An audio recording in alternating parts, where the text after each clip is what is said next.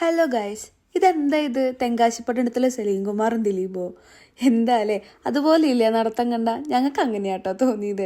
ഇവിടെ ജർമ്മനി വന്നിട്ട് ഏറ്റവും യൂസ്ഫുൾ ആയിട്ട് തോന്നിയൊരു സംഭവമാണ് ഇവിടുത്തെ ഈ ഫെർഷങ്കൻ എന്ന് പറയുന്നത്.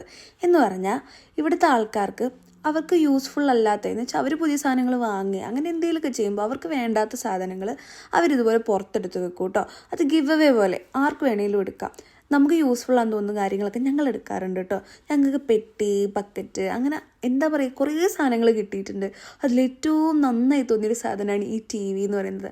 ആ ബായി ഞങ്ങളെ കണ്ടിട്ട് ഞങ്ങൾക്ക് തന്നതാണ് ആ ടി വി ഞങ്ങൾ സെറ്റ് ചെയ്യുന്നുണ്ട് കേട്ടോ.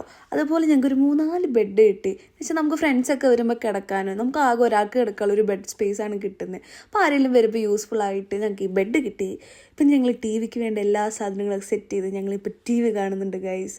അടിപൊളിയല്ലേ? അതുപോലെ സോഫ, കസേര, എത്ര മനോഹരമായ ആചാരങ്ങളല്ലേ. അപ്പം ഇത്രയേ ഉള്ളൂ. ബൈ.